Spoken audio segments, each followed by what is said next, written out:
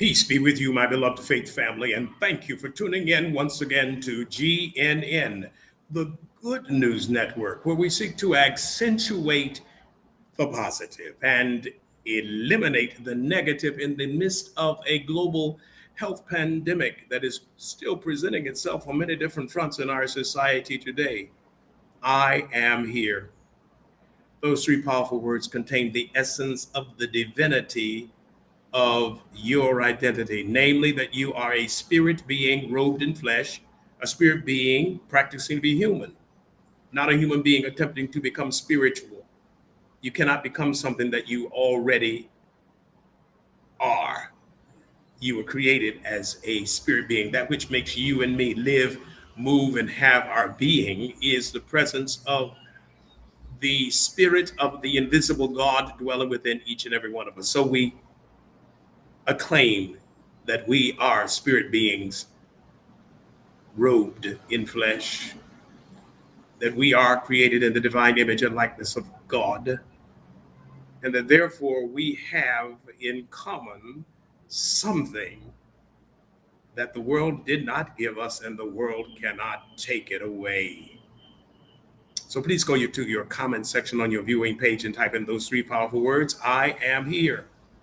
I am George Augustus Stallings Jr., the Archbishop and the Patriarch, that is, the Patriarch and founder of Imani Temple African American Catholic Congregation. Our current Archbishop is His Grace the Most Reverend John Wayne Milton, who happens to be at our International Cathedral this week and will be the principal celebrant of the Mass, the worship service at our International Cathedral in Suitland, Maryland. Please tune in this coming Sunday at 10:30 a.m. Eastern Time on youtube.com, and in the search bar type the words Imani, Imani Temple, Temple, and it will direct you to that site for that live broadcast. So I know that I can count on you greeting the Archbishop, supporting him in his new capacity as responsible for the day-to-day operations of our movement, the Imani Nation,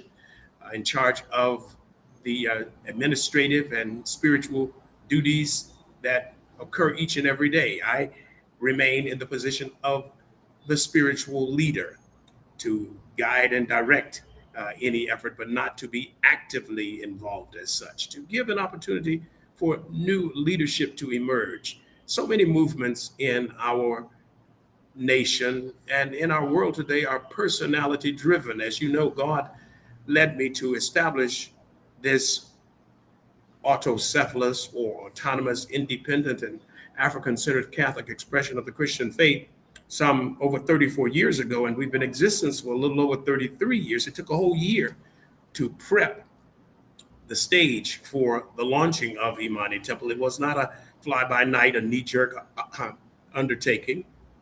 No, it was planned. It was deliberately, purposefully, and intentionally planned to respond to the profound spiritual, cultural, sociological, emotional, educational needs of African Americans. It is obvious that until a people takes ownership and control over its own destiny, moved by the genius of its culture, it can never expect another culture, another race, another Eurocentric, hegemonic white male institution to be concerned about people of color. That's obvious. You know, they're having this synod, in 2023, Pope Francis has called for this synod, and they've been having the listening sessions. And the United States bishops just issued their findings from all of the listening that have been done, and they admitted that there's a racism problem in the Roman Catholic Church. That's what we said 33 years ago, but nothing has changed, and guess what? Nothing will change until people take ownership and control of their own destiny. So we'll go through the machinations, all the talk, but there won't be any walk. There'll be no feet to the faith. There'll be nothing. Nothing changes. It's a waste of time. But anyhow, let them pursue that, and we will pursue where God is leading us and directing us.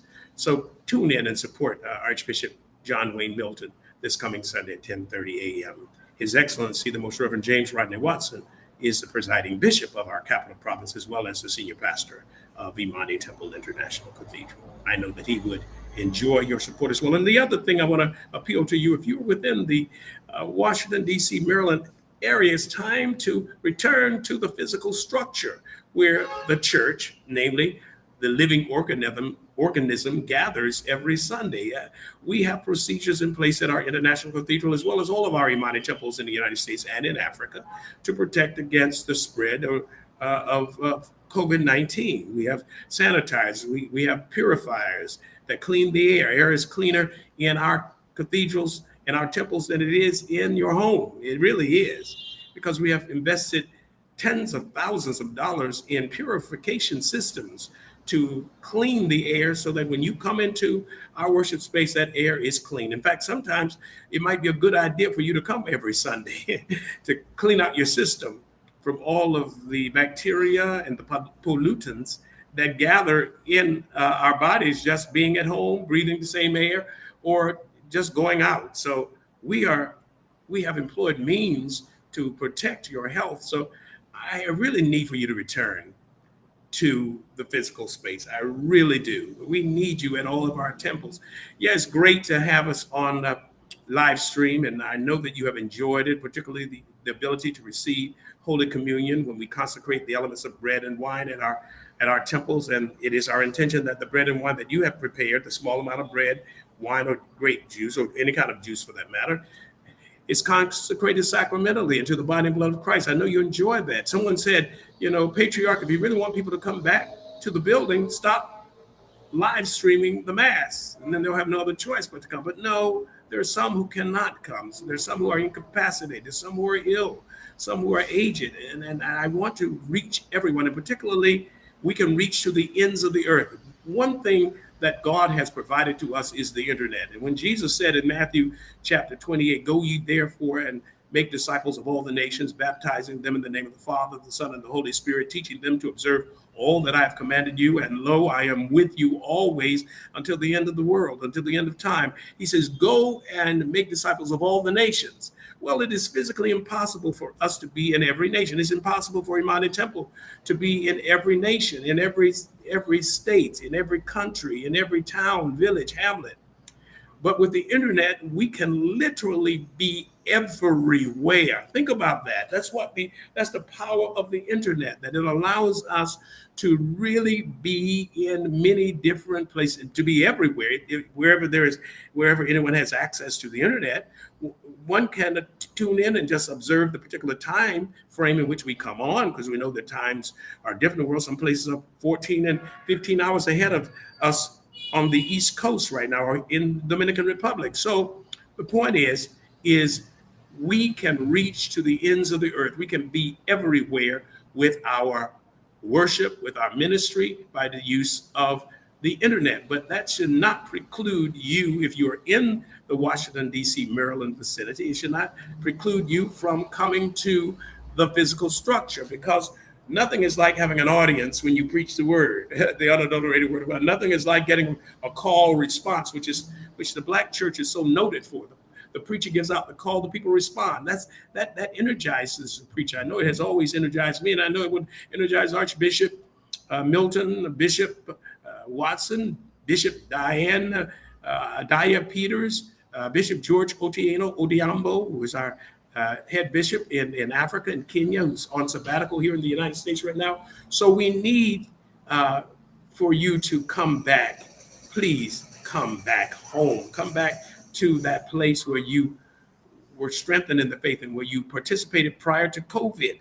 And it has been a challenge to all of our faith communities, whatever be the denomination, to get people to return to the physical structure. But there's something special about the community gathering together physically in one place. And that is when the Spirit activates the worship experience, and we all have a blessing that comes. I've had people tell me that it's not the same looking at and participating in our liturgy online as it is when you're actually in the physical space. There's something different about being in the physical space. So I cannot harp on the subject enough. I cannot stress it enough. Please, please, please, won't you please help me in reaching out to people to come to the physical space at Imani Temple International Cathedral, 2420 Brooks Drive in Suitland, Maryland, 20746, or at Imani Temple number 49 in Lafayette, Louisiana, Imani Temple number 84 in Columbia, South Carolina, Imani Temple number 28 in New Orleans, Louisiana. Please come out and be a part of our celebration. Let us pray. Eternal God, you are our refuge. You are our stronghold. You are our wheel. You are our rock, our sword and shield, our wheel in the middle of the wheel. You have never ever let us down. That's why we praise you. We glorify you. We magnify your name. You always seem to make a way out of no way. And when you come into our lives to take care of things, you are in time and on time. Yes, you are an on-time God. And we have to realize that you may not show up when we think you should. You may not show up when we want you to, but when you do show up, you'll be there right on time because you are an on-time God. Yes, you are. We thank you today for the ways in which you have brought us and bought us, saved us, and graced us, and by whose power we have come to this hour. And so now, as we come before you with knees bent and with bodies bowed, we beseech you that not only would you bless us, but bless those who have asked us to pray for them. And in so doing, we too, in turn, will be abundantly blessed. This is our prayer that we offer in your name. May it rise like incense before your throne of grace, the mercy seat. We offer it in the name of Yeshua HaMashiach, Jesus the Messiah, the Christ, the Anointed One. And we offer it in our own names as little gods in G minor, a son or daughter of God, and the younger siblings, who have the same spiritual father as Yeshua HaMashiach, Jesus the Messiah, the Christ, the Anointed One. Amen, amen, amen. A moment of private prayer and reflection before we begin our broadcast today as we continue with chapter 2 of that deuterocanonical book in the Bible, the book of wisdom.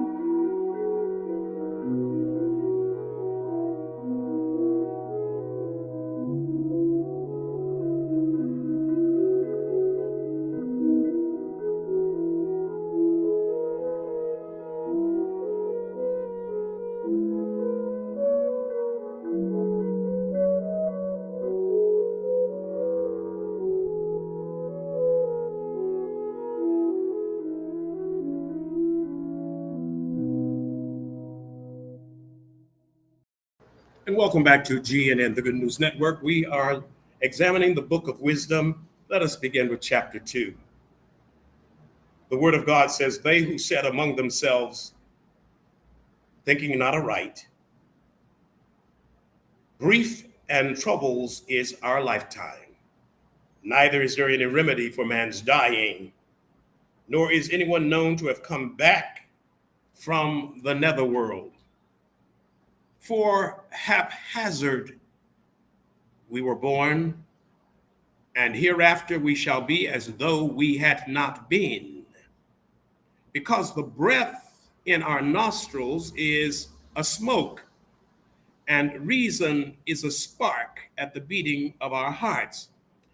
And when this is quenched, our body will be ashes, and our spirit will be poured abroad like unresisting air. You hear that? I want to read that again. Because the breath in our nostrils is a smoke, and reason is a spark at the beating of our hearts. And when this is quenched,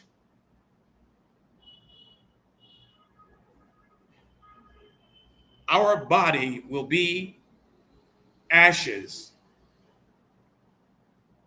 and our spirit will be poured abroad like unresisting air. Even our name will be forgotten in time, and no one will recall our deeds. So our life will pass away like the traces of a cloud, and will be dispersed like a mist pursued by the sun's rays and overpowered by its heat. For our lifetime is the passing of a shadow, and our dying cannot be deferred, because it is fixed with a seal, and no one returns. Come, therefore, let us enjoy the good things that are real, and use the freshness of creation avidly. Let us have our fill of costly wine and perfumes, and let no springtime blossom pass us by. Let us crown ourselves with rosebuds ere they wither. Let no meadow be free from our wantonness. Everywhere, let us leave tokens of our rejoicing. For this our portion is, and this our lot. Let us oppress the needy, just man. Let us neither spare the widow nor revere the old man for his hair grown white with time. But let our strength be our norm of justice, for weakness proves itself useless. Let us beset the just one, because he is obnoxious to us. He sets himself against our doings, reproaches us for transgressions of the law, and charges us with violations of our training. He professes to have knowledge of God and styles himself as a child of the Lord. To us, he is the censure of our thoughts. Merely to see him is a hardship for us, because his life is not like other men's, and different are his ways. He judges us abased. He holds aloof from our paths as from things impure.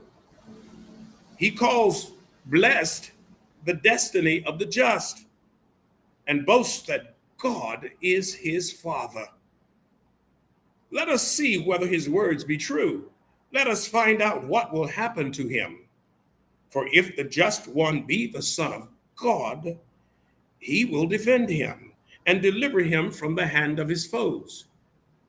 With revilement and torture, let us put him to the test, that we may have proof of his gentleness and try his patience. Let us condemn him to a shameful death, for according to his own words, God will take care of him. Now, these were their thoughts, but they erred, for their wickedness blinded them, and they know not the hidden counsels of God. Neither did they count on a recompense of holiness, nor did they count on a recompense, neither did they count on a recompense of holiness, nor discern the innocent soul's reward.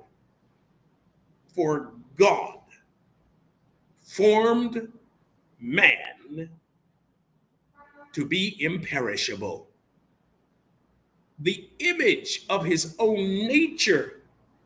He made him, but by the envy of the devil, death entered the world, and they who are in his possession experience it. brief reflection on what we just heard, the word of the Lord, before we unpack it or do an exegesis on that word, because that word that we just heard is strong today. Let's see what happened to our screen.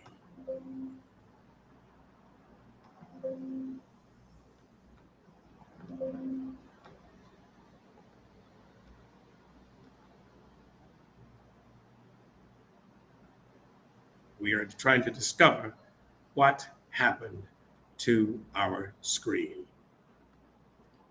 The weather could be affecting it? Let us see.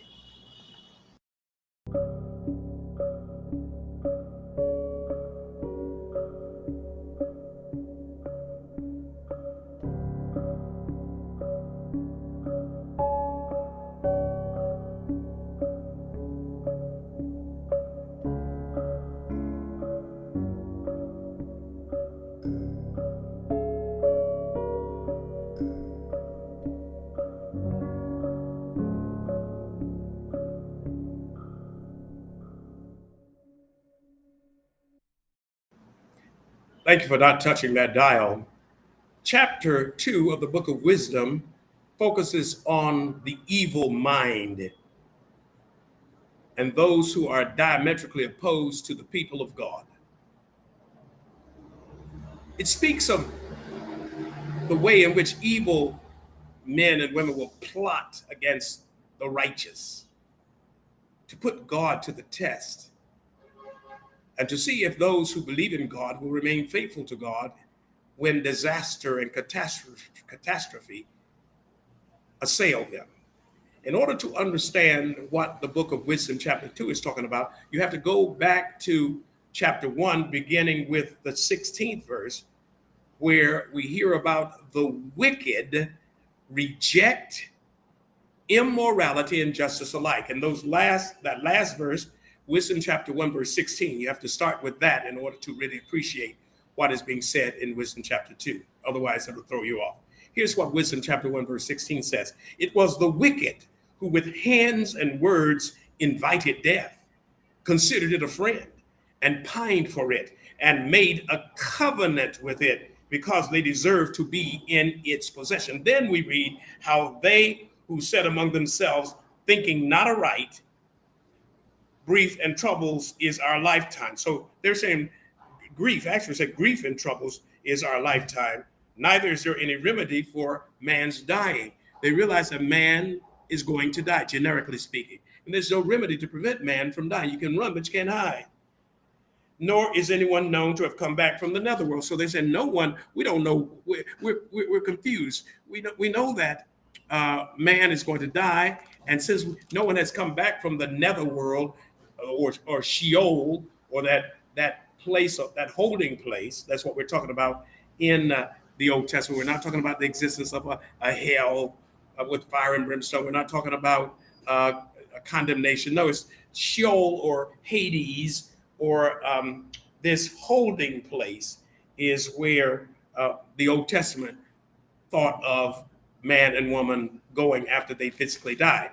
And so the wicked continue to say, they don't even look at their life as positive. Do we look at our lives, our birth, as being positive? They said in Wisdom chapter 2, verse 2, for haphazard we were born, and hereafter we shall be as though we had not been. They think they're going to fade away, that after death there'll be no remembrance of them. That's what the wicked are thinking, not the righteous, not those who are of God. We know better. So the wicked continue on to say, because the breath in our nostrils is a smoke.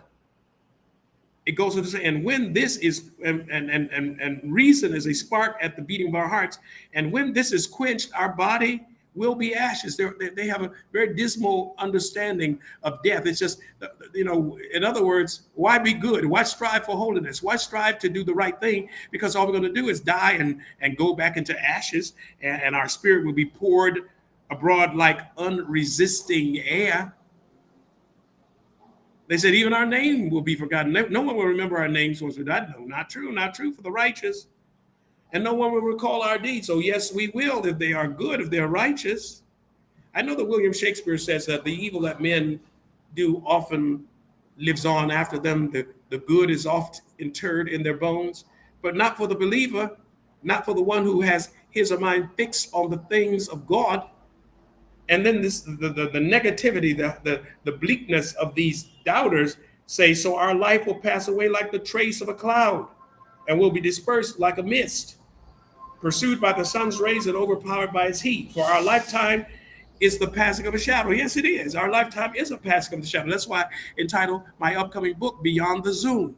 70 to some of our years, or 80 if we're strong, but most of them are spending fruitless toil, for they pass away quickly and we drift away. Yes, the whole concept is that our lifetime is the passing of a shadow.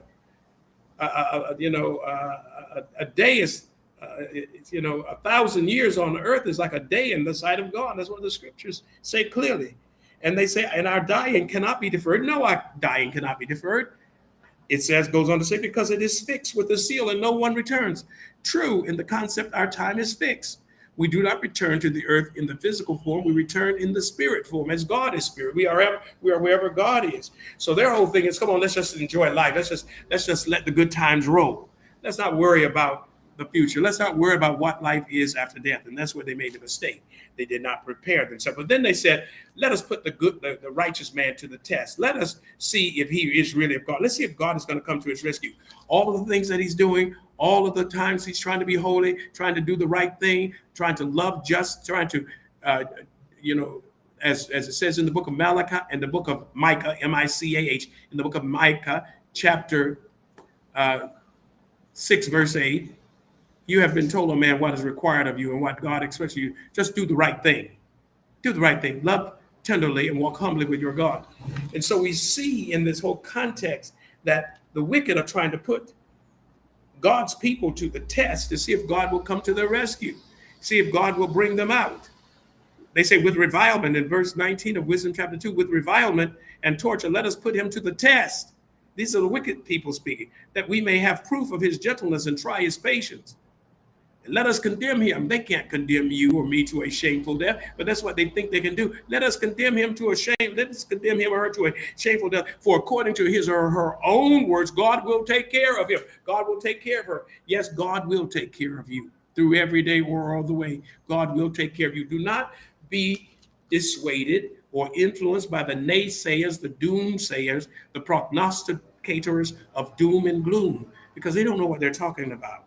So it says in verse 21, it says, these were their thoughts. These were their thoughts, but they erred. They made a tremendous mistake, for their wickedness blinded them. They could not see clearly because they were blinded by their own obsession with doing the wrong thing. The word goes on to say, and they know not the hidden counsels of God. They know not the hidden counsels of God, neither did they count on a recompense of holiness, a recompense of holiness. God, in communion with the believers, those in his image and likeness, will offer to anyone for that matter, a recompense of holiness. And God will always judge favorably the innocent soul. Because we read in Wisdom chapter 2, verse 23, for God formed man to be imperishable. That's, you know what that means? For God formed man to be imperishable, namely, that man and woman will not disappear from the face of the earth when they physically die. They will continue to live in God. They'll return unto the source from whence they came, and they will be one with God. It says, the image of his own nature, he made them, which means that man and woman, created in the divine image and likeness of God, has the same nature as that of God. And if he has the same nature, he has the same divine traits, characteristics, and attributes of God, which means that even in death, life is changed, not ended. We continue tomorrow with chapter 3. Let us pause for a brief moment of prayer before we extend the benediction.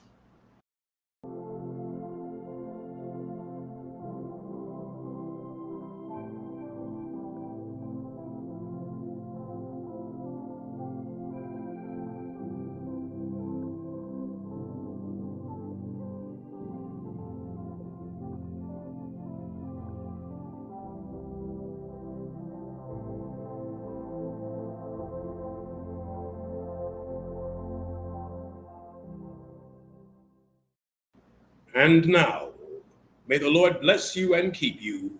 May the Lord be gracious and merciful to you. May the Lord look upon you with kindness and grant to you peace. Thank you for tuning into GNN, the Good News Network. Be safe, stay cool, calm, and collected, and let us remember to pray for one another.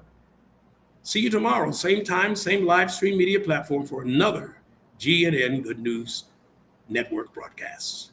I'm excited about this book of wisdom. It is so illuminating and strengthening and encouraging as we continue to point our lives in the direction to one day be with God. I love you madly. Have an awesome and blessed